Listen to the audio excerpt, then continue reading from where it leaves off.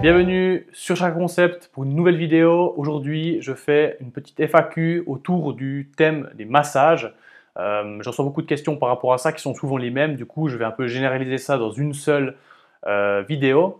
Si vous avez d'autres questions qui ne sont pas dans cette FAQ, n'hésitez pas à m'envoyer vos questions. Je vais peut-être faire une deuxième vidéo de ce type.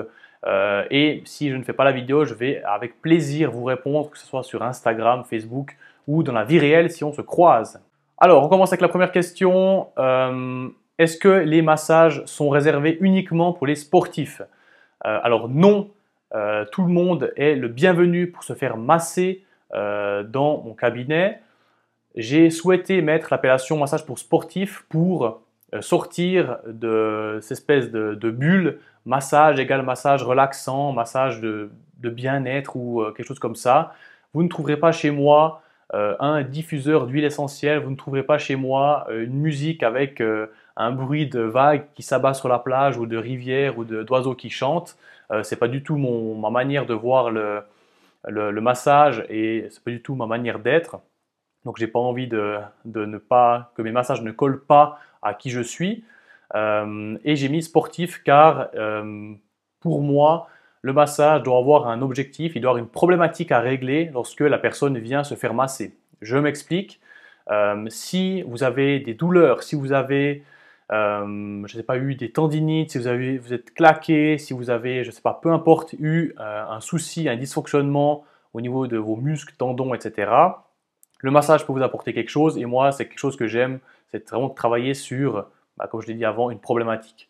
Ça peut également être que vous voulez améliorer votre récupération. Ça peut être une séance à but préventif. Donc, écoute, pour l'instant, tout va bien, mais je préfère venir comme ça si on trouve quelque chose, des points un peu tendus ou je ne sais quoi, on travaille dessus et on essaye d'agir avant qu'il y ait un problème. Donc ça, c'est clairement des thèmes sur lesquels j'adore travailler. Si vous venez et vous me dites, voilà, moi, il me faut un massage relaxant, je veux me détendre, j'ai vraiment envie presque de m'endormir pendant le massage, ce n'est pas réellement ce que j'aime faire. Est-ce que je le ferai? Oui, parce que je sais le faire, je sais faire un massage relaxant. Après, je préfère nettement quand il y a une problématique, souvent liée au sport. Si vous êtes, je fais du crossfit, du coup je connais bien les problématiques des crossfitters. J'ai fait de la musculation, donc si vous faites du fitness muscu, je connais bien ces problématiques-là et autres sports également. Mais si vous n'êtes pas du tout sportif et que vous avez des douleurs au lombaire parce que vous avez une mauvaise posture la journée au travail ou je ne sais quoi, c'est quelque chose qui m'intéresse également.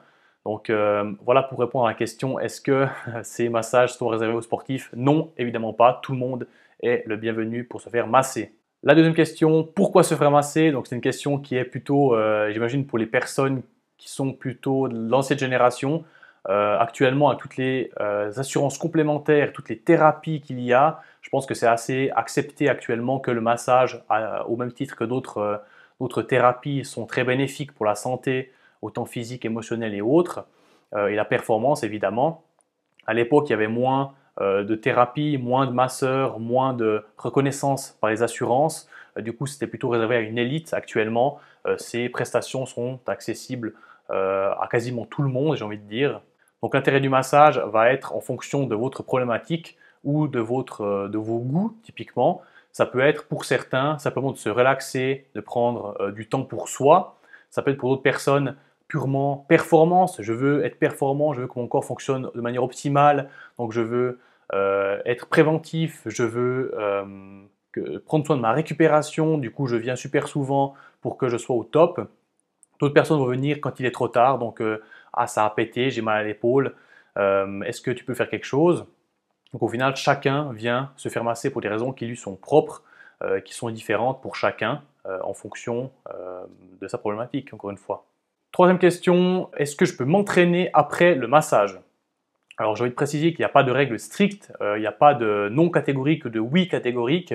Moi ce que je conseille, c'est de ne pas s'entraîner le jour du massage et de voir, de ressentir dans quel état on est pour le jour suivant.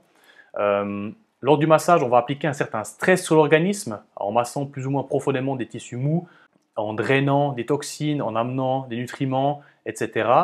Du coup, l'objectif derrière ça, ce n'est pas d'ajouter un deuxième stress par un entraînement typiquement, mais de laisser le corps récupérer, de faire son travail de récupération, de reconstruire ce qu'il faut reconstruire, de prendre soin des tissus qui ont été lésés et autres.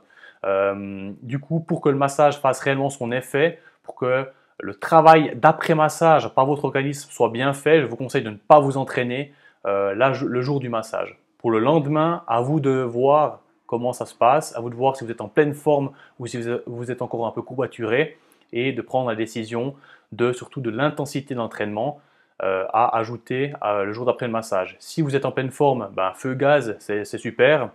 Si vous êtes encore un peu courbaturé, vous sentez que ça travaille encore, regardez pour faire, je sais pas, de la récup active, un petit footing léger ou bien une sortie à vélo légère, mais pas trop d'intensité pour ne pas tout casser et laisser vraiment le corps récupérer en priorité avant d'ajouter un deuxième stress. Question suivante, est-ce que le massage est douloureux? Le massage, oui, il peut être douloureux. Je pense que si vous avez déjà une douleur, c'est qu'il y a quelque chose à régler, donc potentiellement il faudra avoir un petit peu mal pour faire de l'avance. Si vous avez des tensions musculaires, évidemment, ce n'est pas quelque chose qui fait réellement du bien. Dans tous les cas, le but est de travailler ensemble. Moi, je sens si c'est tendu. Je vais vous poser la question, si c'est réellement l'enfer pour vous lorsque je passe sur cette zone, on réduit la pression, on trouve un autre moyen de passer dessus, j'utilise un autre outil et je trouve une solution pour faire de l'avance de manière cohérente avec votre ressenti. On a tous eu une tolérance à la douleur qui est différente, du coup le but c'est de travailler en fonction de ça et de s'écouter au final. Le but c'est pas de non c'est bon à tout prix je veux que tu me masses, même si je dois manger la table et pleurer sur la table, je m'en fous, je veux faire de l'avance. Le but c'est pas réellement ça, le but c'est clairement de faire de l'avance, de résoudre une problématique, d'aller dans le bon sens, tout en vous respectant et tout en respectant l'organisme et le point sur lequel on travaille. Donc dans tous les cas, s'il y a de la douleur lors du massage, ce qui n'arrive pas tout le temps évidemment, ça va être en fonction, avec votre accord et en fonction de votre tolérance et dans tous les cas de manière adaptée. Cinquième question, est-ce que c'est normal que je sois fatigué après le massage? Deux éléments de réponse que j'ai envie d'apporter. Premièrement, la plupart du temps, lors du massage, vous allez être en position qui est couchée. Le fait d'être couché, ça va clairement être fatigant. Le corps, lorsqu'il est couché, on se met un peu en état de préparation au sommeil concrètement. Donc c'est normal que si vous êtes couché une heure ou une demi-heure, derrière ça, c'est comme un deuxième matin dans la journée, vous allez être fatigué.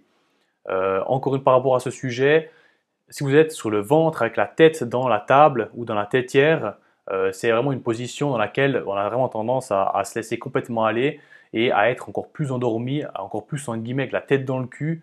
On se réveille, on est là, oh là là, qu'est-ce qui vient de m'arriver? Mais clairement, si je vous avais dit, voilà, reste une heure sur la table à dormir sur le ventre, qu'il y ait massage ou pas, vous allez sortir dans cet état. Deuxième point, évidemment, le massage, on travaille sur des tissus plus ou moins profondément, plus ou moins intensément selon la problématique. Et ce travail va évidemment vous prendre de l'énergie, autant durant le massage qu'après pour la récupération de vos tissus et autres.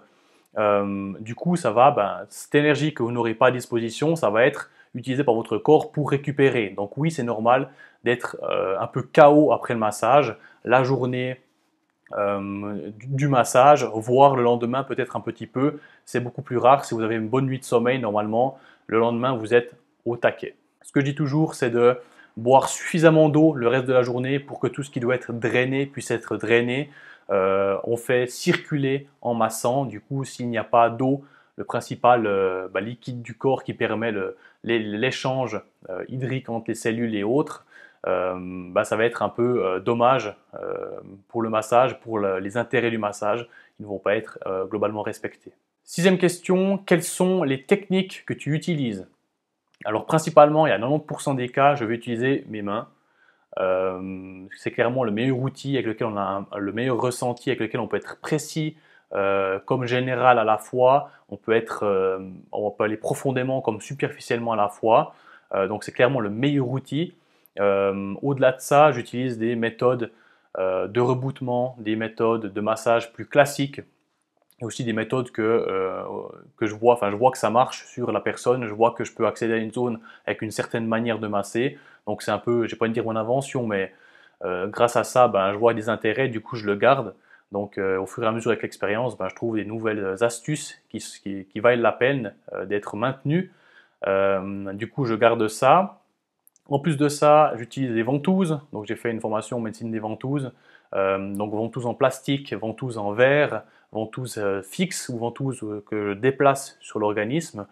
Encore une fois, selon la problématique, ça va être un peu plus rare dans la majorité des cas. Si vous venez, c'est d'abord un massage dans tous les cas, sauf exception. Et ensuite, peut-être une pose de ventouse, peut-être l'utilisation du gua sha. C'est mon espèce d'outil en inox issu de la médecine chinoise sur lequel on va frotter la surface de la peau.